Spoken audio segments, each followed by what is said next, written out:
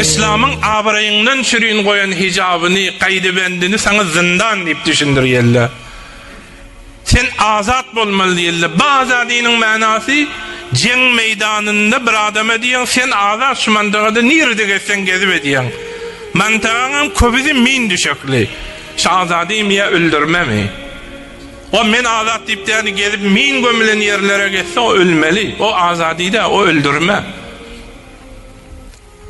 Bir çağın kundağı, çağa ziyan kaydıben bunu azat koymalı demek yani akıldan mı? Yani bir zenanı ki İslam yaradan şuna bir şeraitleri koyuptur. Şunun öz abrayı için, öz heysiyet için şulardan sen sıfı yankı min meydanında gezmek azat diyen yanına da şiire azadi vermek yani azadi mi ya öldürme mi? Yani Müslüman da onlar bir bende Huda öz bet tecrübesini din deyiptir ile ta innikile aldanmasın. Raban Şinasi Rişte'de danışyada okuyadım. Hey o Rabbinin ahlakı kovi, her gizmin bilen dost olası geliyor, zihni kovi, zekavatı kovi, berhorzu kovi. Ama baydiya bir gün danışyadan çıkamdı, bir avadan oğlan, avadan libas bilen yüzüme baktı, güya beni ozal tanıyan yani, ben bilen tanış yani. Ben haber koşman gidiverdim. Beli o yüzüme düşüp, şol özünün yumşakça, nerimce şahsırda istifade ediyen zatları, yumşacık gepleri bilen, men sana aşık men çinden pak işkim var, men seni hatmen alacak, men seni aldayacak da şey deyip geldi. Veli men kulak açmadım. Öyümüze geldim veli giyece bir sahne aran özümün önünden geçiyedi. Erti danışgadan çıktım, yine de şol oğlan var. Yine de yüzüme düştü. Öyümüze kolaylamda bir nama okladı. İzine kayıttı. Yankı yanık cümleleri aydiyadı. Seni kovvarayın, men seni hatmen alacak. Namasını alayın mı almayın mı deyip alıp okuydum. Dolu aşıkana cümleler. Men seni kovvarayın, men seni hevuru tanıyan, men aldamayan. Ekidip okuyup namasını yırtıp fevren zen vurdu bir yeri vardım şu. Cevap verdim. Eğer indiden müteayyi zen vursan öyümüze diyerin seni betnam ederin. Kaç ettim. Son yine bir saatten sonra zen vurdu. Men bir servet, men hanavadanın iyidinin bir mirasları, öyümüzde hiç kim yok. Badri milk elimde kalıptır. Sen neme islesen senin rüyalarını men amele tebdil edecek bir Hudayın yazanı deydi. Hubbed dünya ra'su kulli hatiye, dünya peresti, dünya mehabbet tamam içtimaların başı. Şu yüzden ben ırıldım diye yankı ondan vurrun edip başladık. Vurrun ettik neçe ha. Son bıgadri hemişe mobilime bakardım haçan len vurarka. Bir gün yine de danışkan ağzına geldi. Bir maşini varmış, maşinine mindirip ayladı.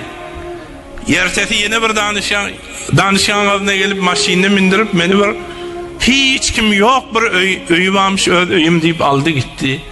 Hulasa-i metlep menin iffetimi, şerefimi abrayıma akitti. Şondan ruhum aluda olup, günahlı olup öyümüze kayıttım. Bunun meşguliyetinde derse danışkadan da kaldım. Son haber olmadı, bir vakit zen vurdu. Ben sana hetmen satacak. Benim beğendim. Indi bir ademi verecek, beni alacak mı hadiydim. O son sataşanına ayıttı. Indi sen bidûne kaydı ben bilen yaşamalı. Nikah o zatları fikrinden çıkar. Ondan sonra ben şu kahrımı vurdum onu. Sen bir mert demişsin, bir fesfitr etmişsin, sen bir bedbahtmışsın. Böyle ona tesir etmedi. Sen şunu yaşatan yaşardın, yaşamasan sen dünyada seni tevah ederdin dedi. Bir videonun filmini çıkardı verdi. Versen özün var, istesen men bilen var dedi. gidip gördük, şol meniň bilen eden jenayetini kullen film edipdir. Şu filmin vesilesi bilen meni suistifade etti, meni sattı. Bu vədi modern be. Bir pamaq bilen damaňy çalýar. Ahir meniň garip dädem, fagir dädem. O eşitmesin diýip men bezillete ten beripdim. Veli film bazara da çykdy. Agamy oğlunyň eline ýetdi. Hanabadamyň eline ýetdi. Hanabadam kullen köşdüle garip gününde ýurduny satyp men öýü terk edip kullen öýden awara bolup çykdym. Ahir bir gün pelit onuň ruhuny hafap janyny çykaraýyn diýip onu öldürdüm. Ine şu wagtda men zindanda edama mahkum. Ol danışgadar näjere jaýgaty bolan näjere indi ölüme mahkum bolma näjere nerden başlandy bu gurrun. Bu da wagt, bu da diýermek, bir insanyň şerefi bilen oýnamak. Hiç aldanmaň, ýaldyganym, gydam. Mobaýl gerek ýok sana. Azat kadam urma da gerek däl, azat irtibat da gerek däl. Onuň peýdasyndan zererken sana Kur'an akylyň aňyrsyna aýtýar.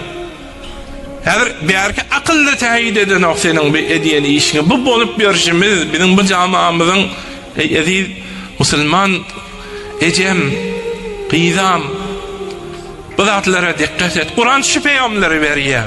Fakat diýergönmegiň özü däl. Asıl şondan gelen zerbele, bir fikir, bir hıyanet fikir. Şonu mahkum ediyor Kur'an. Hıyanet fikir her şekilde bolsun.